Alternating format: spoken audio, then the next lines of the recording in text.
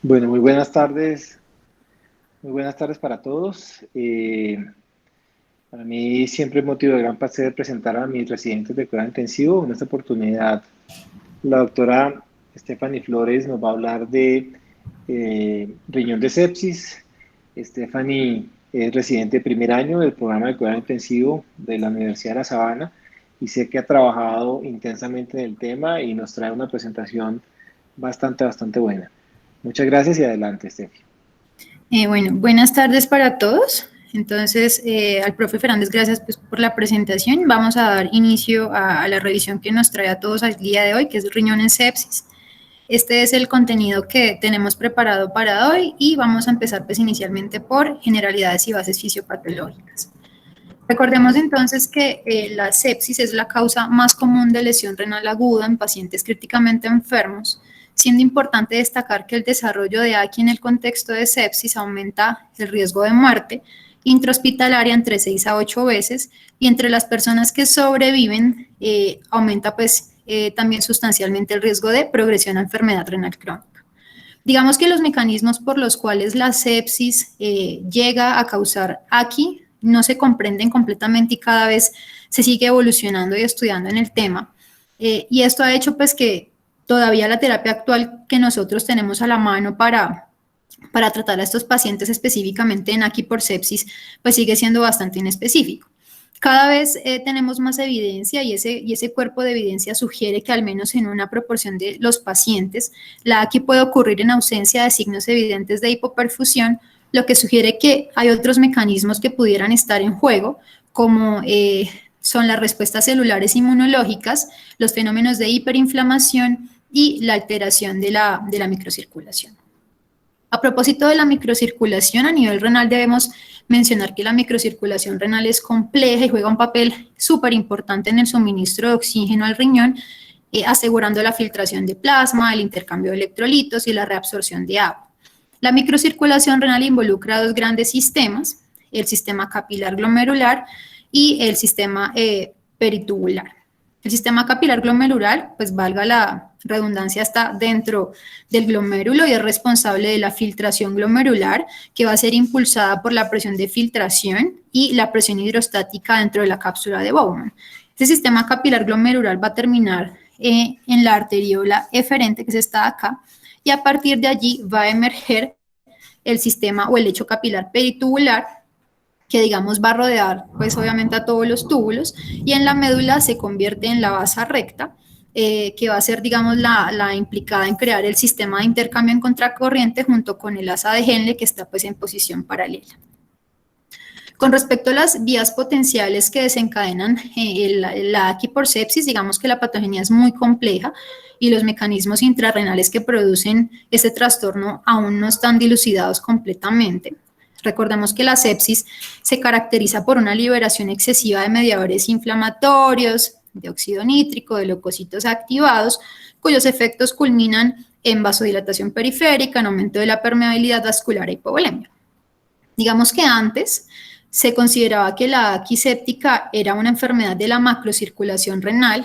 resultado de isquemia, del daño celular y de la necrosis tubular aguda. Sin embargo, la evidencia que fueron aportando estudios posteriores desafió completamente este paradigma y dilucidó que la AKI, específicamente la AKI por sepsis, puede desarrollarse a pesar de que se mantenga o incluso aumente el flujo sanguíneo renal, pues secundario al aumento pues, del gasto cardíaco. Y ellos también encontraron en riñones post-mortem de pacientes pues, que no sobrevivieron a la AKI por sepsis, unos hallazgos histopatológicos que eran diferentes a la AKI por isquemia reperfusión y encontraron lesiones tubulares heterogéneas con vacuolización apical, sin necrosis tubular y sin apoptosis. Entonces esto, digamos que prendió las alarmas para buscar otro tipo de explicaciones fisiopatológicas. Al respecto, un aumento en el flujo sanguíneo renal global durante la sepsis no va a excluir la posibilidad de que exista redistribución de flujo sanguíneo microcirculatorio intrarrenal con algunas áreas del riñón que van a recibir una perfusión adecuada, pero a expensas de otras partes que van a experimentar isquemia e hipoxia tisular local. Los mecanismos que están, digamos, potencialmente responsables o involucrados en esa redistribución de la perfusión intrarrenal lejos de la médula renal en la sepsis incluye la liberación masiva de citoquinas inflamatorias, la alteración pues, en la producción de óxido nítrico, el daño al glicocálix y la alteración de la barrera endotelial. Todo esto, digamos, que va a culminar en un fin que va a ser, digamos, la hipoxia medular. Y ese inicio temprano de hipoxia medular en estos pacientes durante la sepsis iniciará un círculo vicioso de estrés oxidativo, de inflamación, que termina generando disfunción mitocondrial, que más adelante vamos a ver que la mitocondria es súper importante en este proceso. Va a terminar dejando también lesión en las células tubulares, que también vamos a ver que son importantísimas por su papel inmunológicamente activo, y terminarán pues finalmente reduciendo la función renal. Tenemos en todo este proceso una triada que se ha denominado la triada tóxica, en donde tenemos que las interacciones entre el leucocito y el endotelio inducidas por la inflamación conducen a una distorsión del equilibrio homeostático entre el oxígeno, entre las especies reactivas de oxígeno y el óxido nítrico, que terminan generando disfunción microcirculatoria y favoreciendo el establecimiento de la AQI. Vamos a hablar un poco de la importancia que tienen los DAMs, los PAMs, en generar todas las citoquinas inflamatorias en el daño tubular renal. Recordemos que estos mediadores que vemos por acá, como punticos rojitos y azulitos, ellos tienen la capacidad de filtrarse en el glomérulo, pasar al espacio tubular y posteriormente lesionar a las células tubulares, porque se unen a unos receptores específicos que ellas tienen allí, y esa activación o esa interacción que existe entre las células tubulares y los DAMs y los PAMs terminan favoreciendo la liberación de más leucocitos extravasados, que son estos que vemos acá, y digamos que esta relación termina activando aún más a las células tubulares con la capacidad que tienen ellas, uno, de liberar más citoquinas inflamatorias, y también con la capacidad o digamos el inicio de dos posibles caminos: la apoptosis o la detención celular. Yo anteriormente les mencioné que en los cortes histopatológicos de los riñones de las personas fallecidas por aquí por sepsis no se encuentra casi apoptosis. Entonces vamos a ver que en esta enfermedad, en este contexto en especial, lo que más se fomenta es la detención celular, y más adelante vamos a ver qué implicaciones tiene esto. Entonces, digamos que usualmente lo que encontramos es que, bueno, existe una cascada inflamatoria, tenemos incremento pues en las especies reactivas de oxígeno, se genera pues un shunt periglomerular relacionado con la vasodilatación eferente, hay un aumento pues transicional del flujo sanguíneo renal, y eso termina derivando en caída de la filtración glomerular. En todo este proceso de cascada inflamatoria hay muchas células involucradas, como son las células presentadoras de antígeno, las natural killers y entre muchas otras. Siempre se ha considerado que las células tubulares epiteliales eran como pasivas y eran simplemente lesionadas y ya no más. Pues actualmente lo que se ha encontrado es que esto es falso. Se ha encontrado que las células tubulares son inmunológicamente activas, y ellas, digamos que al interactuar y al unirse con estos DAMs y estos PAMs, inician procesos de apoptosis, que ya vuelvo y menciono que para la AQI por sepsis no aplica tanto, aplica más el proceso de inicio de detención celular, la disminución que producen a nivel de la polaridad celular y la separación de la membrana basal tubular. Entonces, que no se nos olvide que estas células tubulares son inmunológicamente activas, que generan estos procesos y que adicionalmente liberan muchas citoquinas adicionales como la interleuquina 6, la interleuquina 10, el factor de necrosis tumoral alfa, entre muchas otras moléculas. Entonces, vamos a hablar un poquito de la importancia que tiene la mitocondria en todo este proceso. Resulta que existe una estimulación paracrina de las células epiteliales tubulares del segmento 1, y esta estimulación produce un estallido, pero a nivel de las células epiteliales tubulares del segmento S2 y del segmento S3, que histológicamente se aprecian como vacuolas apicales, y más adelante les voy a mostrar pues cómo se forman esas vacuolas. Ese estallido oxidativo puede potencialmente alterar la función de la mitocondria, y esto pues todos sabemos que cuando la mitocondria se altera pues tenemos un desequilibrio energético con producción de especies radicales de oxígeno y de nitrógeno y pérdida de la potencialidad de la membrana de la mitocondria. En condiciones normales, todas estas alteraciones deberían llevarnos por el camino de la apoptosis, pero resulta que en la adiposepsis no hacemos apoptosis. Digamos que se ha visto que se cree que la célula epitelial tubular coordina una respuesta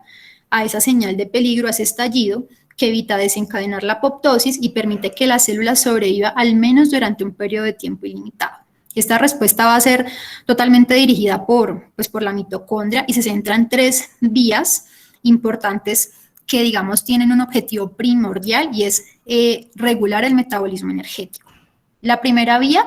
va a priorizar la utilización de energía y esto lo va a hacer a través de la inhibición del transporte de electrolitos a través de membranas citoplasmáticas y también bloqueando la síntesis de proteína. Entonces aquí pues termina viéndose afectada la función de la bomba sodio-potasio ATPasa. La segunda vía es la inducción de la mitofagia, un proceso por el cual las mitocondrias que están dañadas son engullidas por autofagosomas, sus componentes se lisan, pero pues los restos se aprovechan como pues origen y fuente de energía. Y la tercera es la que tanto les he mencionado, que es la inducción de la detención del ciclo celular. Recordemos que un ciclo celular es un proceso normal por el cual la célula se prepara para hacer mitosis. Y parecen existir, y eso ya lo hemos revisado, que existen diferentes puntos de control a lo largo de ese ciclo en el que la célula evalúa pues, si tiene suficiente energía o no para pasar al siguiente. Pues resulta que en este caos de la sepsis, la célula dice no, o sea, definitivamente no paso los puntos de control, no voy a pasar a hacer mitosis. Entonces, lo que hacen esas células tubulares es liberar estos 2 marcadores, que son el TIM2 y el IGF-BP7. Ellos son los marcadores que inician la detención del ciclo celular y actualmente están validados como los mejores predictores de riesgo de AKI en pacientes críticamente enfermos.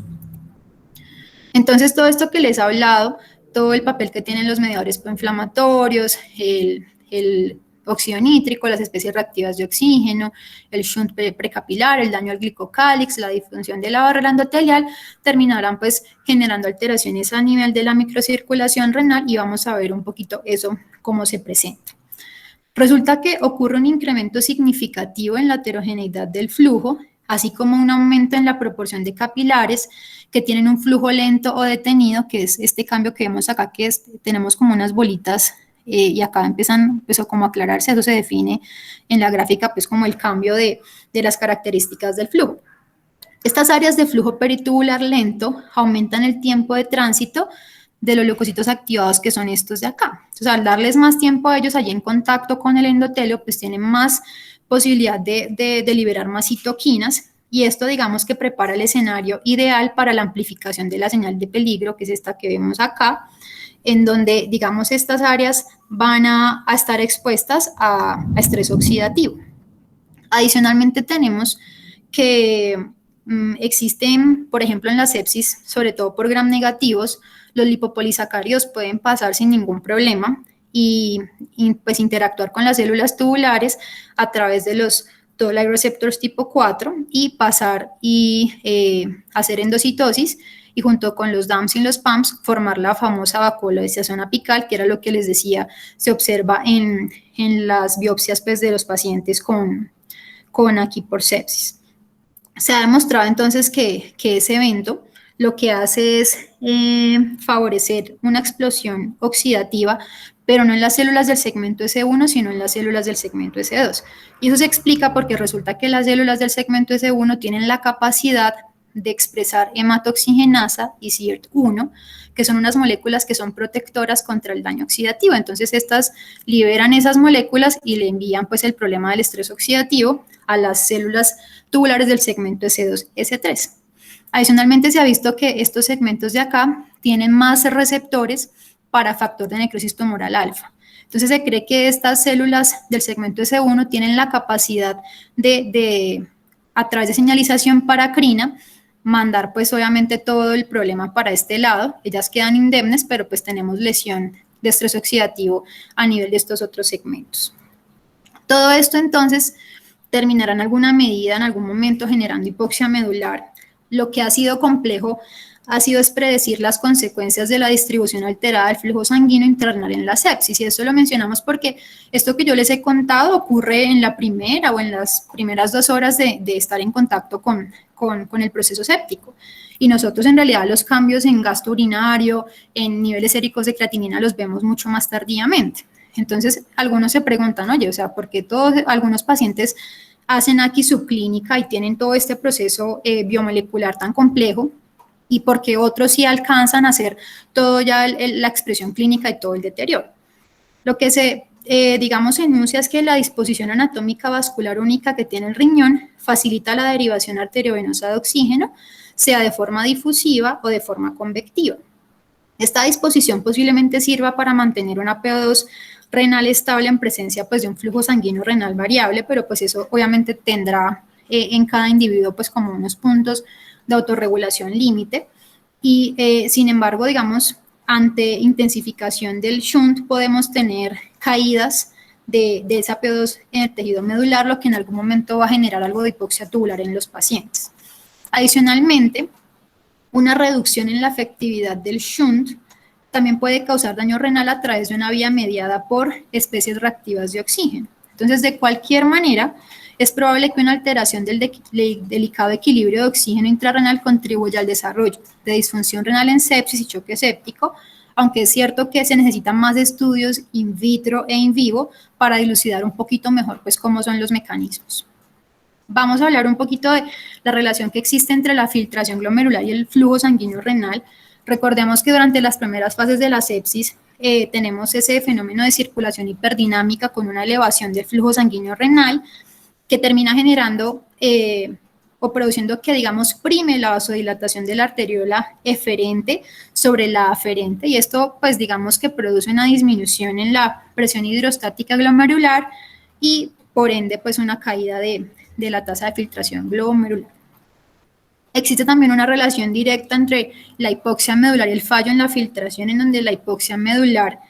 potencialmente puede inhibir la reabsorción de sodio en la parte, en el segmento grueso del asa de Henle, lo que lleva pues a un incremento de los niveles de sodio en la porción distal de la nefrona, que son percibidas por la mácula densa, y esto pues lo que hace es activar el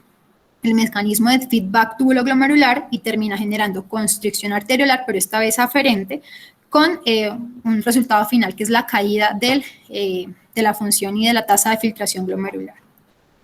Entonces, ya para cerrar este capítulo, simplemente en esta imagen les quería resumir un poquito de lo que hemos hablado y agregar también otras cosas que quizás no hemos mencionado. Entonces, en la sepsis tenemos ese fenómeno de vasodilatación, de hipovolemia, inflamación sistémica, activación de leucocitos con esa relación pues, que tienen tan tóxica con el endotelio, desequilibrio entre la entrega y el consumo renal de oxígeno,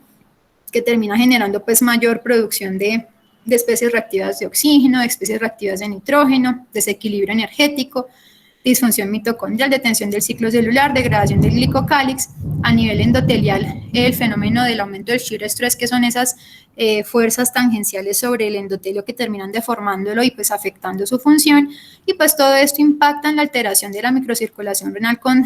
disminución de la tasa de filtración, con disfunción del funcionamiento de la bomba sodio-potasio TPasa, con caída de la extracción renal de oxígeno,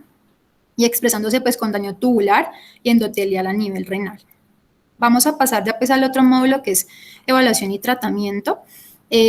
Sabemos que hay muchas incertidumbres fisiopatológicas, entonces esto ha hecho que no tengamos tratamientos específicos para la AQI por sepsis y se sigue insistiendo pues que en realidad el pilar está en hacer prevención, entonces tenemos que estar todo el tiempo buscando qué pacientes están a riesgo de evolucionar a AQI. Y si además de todo pues están en un proceso de sepsis, pues tenemos que nefroproteger y entonces lo hacemos con retiro de nefrotóxicos, favoreciendo la eubolemia, optimizando el gasto cardíaco y la presión arterial media. Si por alguna razón nosotros no logramos cumplir con estas metas, pues tenemos que asumir las consecuencias, es que este paciente pues estará con un riesgo más inherente de evolucionar a una AQI por sepsis. Cada vez digamos que la intención es encontrar biomarcadores mucho más tempranos y esta imagen me gusta mucho porque nos muestra cómo tenemos en cada momento de ese daño fisiopatológico moléculas que nos pueden ayudar y acá pues les muestro lo que nosotros tenemos a la mano, que es la creatinina y el gasto urinario. Miren que están bastante tardíamente en la línea de tiempo. Tenemos biomarcadores como es el N-gal, que es el biomarcador de estrés mucho más temprano que tenemos a la mano. Y yo les había mencionado antes que tenemos unos marcadores de detención del ciclo celular, que son el TIM2 y el IGFBP7. Pues resulta que estos dos marcadores se están midiendo y, como ya les había mencionado, están en este momento relacionándose bastante fuerte con el riesgo de AQI por sepsis en pacientes que están críticamente enfermos. Y recordemos pues que este nos habla de detención del ciclo celular. Tenemos a nivel de biomarcadores de injuria, la albuminuria, que pues nosotros la podemos medir y la tenemos a la mano, y ya pues la parte funcional, que esto ya nos habla pues de una AQI clínica. Nosotros nos gustaría obviamente poder saber que los pacientes están con un proceso de AQI por sepsis pues obviamente desde mucho más temprano. Acá simplemente quería mostrarles cómo se relacionan las terapias que nosotros usualmente usamos en los pacientes con sepsis en relación con los cambios a nivel de oxigenación y de perfusión. Empezamos con la terapia hídrica. Esto es una tablita sacada de un estudio que se hizo en abejas, pero en ovejitas. Son ovejitas que estaban pues en un proceso de sepsis, y aquí encontraron que en las ovejas que fueron sometidas a reanimación hídrica vigorosa, pues hubo pues como un aumento del cambio de la P2 medular, pero sin cambio significativo en la P2 de la corteza, ni en la entrega de oxígeno, ni en el flujo sanguíneo renal. Con respecto a la noradrenalina, incluso encontraron que puede haber un deterioro en la P2 medular sin cambio significativo en las otras variables. Obviamente este cambio es dosis dependiente, porque tampoco pues vamos a echarle la culpa a la noradrenalina solita de que esto ocurra, y en realidad no se ha visto que tampoco sean cambios estadísticamente pues como significativos. Tenemos en la vasopresina, que acá no nos dieron como datos a nivel de las ovejas que estaban sépticas, pero sí lo reportaron en los controles, y evidenciaron que no había cambios ni en oxigenación ni en perfusión, pero sí había una caída pues como allí leve del flujo sanguíneo renal. Con respecto a la furosemida, pues allí digamos que esta parte no fue investigada, pero es claro que la furosemida es universalmente usada en las unidades de cuidado intensivo para corregir oliguria, para digamos que corregir esos balances hídricos tan positivos. Sabemos, y ya lo hemos revisado en reuniones anteriores, que ella induce potentes efectos diuréticos y natriuréticos al inhibir el cotransportador NAKCC2, tanto en el segmento grueso del asa de Henle como en la mácula densa, y de esta forma pues bloquea el mecanismo de feedback tubulo-glomerular. Uno esperaría que si la furosemida reduce la reabsorción activa de sodio dentro de la célula tubular, pues tendrá que mejorar la PO2, porque obviamente reduce la utilización de oxígeno, y esto en realidad se ha logrado como confirmar en estudios experimentales tanto en humanos como en animales, y ha sido la base por la cual pues es el medicamento que universalmente se ha usado, aunque en realidad no tenemos datos claros que nos digan que la furosemida realmente reduce la necesidad de terapia de reemplazo renal o la mortalidad en pacientes por sepsis. Con respecto, vamos a hablar un poquito más de estas tres terapéuticas. Entonces, con respecto a la terapia hídrica, simplemente quería contarles que seguimos siendo amigos de la reanimación controlada, la reanimación guiada por metas. La terapia hídrica puede ser muy nociva en los pacientes que están cursando con AQI por sepsis. Podemos nosotros ponerle líquidos a ese paciente y estar tranquilos porque las variables macrocirculatorias están mejorando, pero puede llegar a un punto en el que la microcirculación de ese paciente no se mejora, y ocurre algo que denominamos la pérdida de la coherencia hemodinámica, que es algo que, digamos, vamos a hablar a más profundidad mañana en la charla de microcirculación por sepsis. Adicionalmente, cuando nosotros exageramos con los líquidos, podemos edematizar ese riñón, y edematizamos un órgano que está encapsulado, con riesgo de generar aumento de la presión intracapsular, con riesgo de generar en realidad daño en la perfusión renal, y pues con una caída definitiva de la filtración glomerular. Y tenemos también que, sobre todo con los usos de coloides diferentes a la albúmina es la única que se salva, tenemos que esos coloides se depositan sobre los glomérulos y sobre los túbulos proximales, y son muy nefrotóxicos. Ellos derivan en pinocitosis, generan hemacolización celular y en edema progresivo del tejido. Entonces, de cuidado, pues obviamente tipos de coloides diferentes a la albúmina. Y si nosotros generamos disfunción tubular, pues esto se convierte en un círculo vicioso. Ya les mencioné que las células tubulares son realmente muy activas inmunológicamente y terminan generando mayor estrés oxidativo y mayor lesión renal. Con respecto a la nora, ya por cuestiones de tiempo, solamente quería mostrarles, listo, mejoramos la presión arterial media, mejoramos el flujo renal, pero tenemos un riesgo de hacer injuria a nivel de la perfusión medular, pero esto les recuerdo que es dosis dependiente, o sea, no es algo pues que sea universalmente descrito. Con respecto a la comparación de vasopresina versus noradrenalina, este es un ensayo clínico aleatorizado, les digo que se hizo en unidades de cuidado intensivo en adultos. Ellos ingresaron pacientes que estaban con choque séptico en las primeras 6 horas de manejo y que no respondieron a la reanimación hídrica. Y acá simplemente quería mostrarles cómo no hubo diferencia entre vasopresina y noradrenalina con respecto a los días libres de falla renal, y encontraron una diferencia allí chiquitica a nivel de los niveles de creatinina, menos niveles de creatinina en los pacientes que recibieron vasopresina y un gasto urinario un poquito más alto, aunque en realidad no encontraron diferencias estadísticamente significativas con respecto a mortalidad, pero sí lograron encontrar que en el grupo que recibió noradrenalina, el 35% requirió más terapia de reemplazo renal versus un 25% de los pacientes que recibieron vasopresina, con un odds ratio de 0.40. Y como les mencioné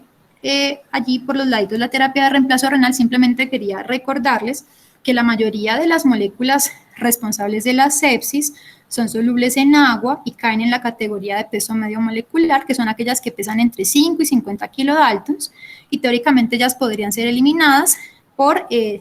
pues, cualquier modalidad de terapia de reemplazo renal, como la hemofiltración basada en convección, las terapias mixtas difusivas convectivas, hemoperfusión, entre muchas otras. Obviamente de esto no voy a hablar a profundidad porque tenemos una revisión exclusiva para las terapias de reemplazo renal, pero pues es claro que todavía, o sea, no hay consensos claros sobre el tratamiento extracorpóreo óptimo para pacientes con AQI por sepsis, y muchos de los ensayos clínicos aleatorizados solo informaron una mejoría con respecto a la hemodinamia, pero sin ningún efecto positivo sobre la mortalidad, pues que es el desencadenante más importante que siempre estamos midiendo. Y ya para ir terminando, vamos a hablar un poquito de prevención, porque les mencioné que en realidad eso es lo que tenemos ahorita a la mano y en lo que, digamos, tenemos que hacer énfasis. Estas recomendaciones son sacadas de este fue un consenso de prevención de lesión renal aguda y de protección de la función renal del 2017, y ellos, digamos que nos hacen unas recomendaciones puntuales sobre lo que hacemos casi que en el día a día, que es uno, reanimación controlada en hipovolemia, evitando la sobrecarga de volumen. Si se requiere, pues por algún motivo, reanimación un poco más vigorosa, soluciones balanceadas sería pues lo más ideal. Si vamos a usar un coloide, que sea la albúmina, y en los pacientes que reciban manejo con solución salina al 0.9%, vigilar niveles de cloro y el estado ácido base. Esta es una recomendación hecha en buenas prácticas, pero pues está acorde con lo que siempre nos han descrito. También nos mencionan que no uso de diuréticos para prevención de AQI, sí para controlar o evitar la sobrecarga hídrica. Lo que les mencionaba, que el efecto de la noradrenalina con respecto a la perfusión medular se relaciona con los niveles o con las dosis. Entonces aquí nos hacen énfasis en que debemos titular vasopresores para presiones arteriales medias alrededor de percentil 50. La noradrenalina sigue siendo pues como el vasopresor de primera elección, y la vasopresina pues para los pacientes que están en vasoplejía profunda. Y ya pues para concluir,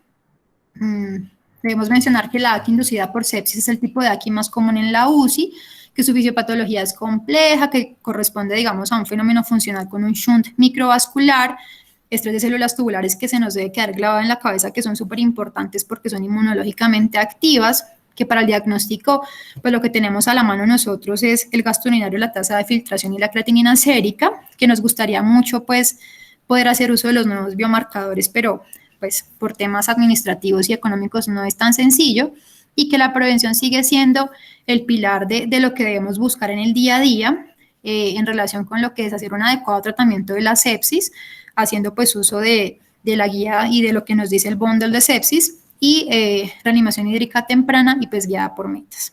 Y ya pues para despedirme, como estamos obviamente en una época de crisis en donde todo el tiempo nos la pasamos como escuchando noticias tristes, quería agradecerles pues por prestar atención durante estos 30 minutos, mostrándoles un poquito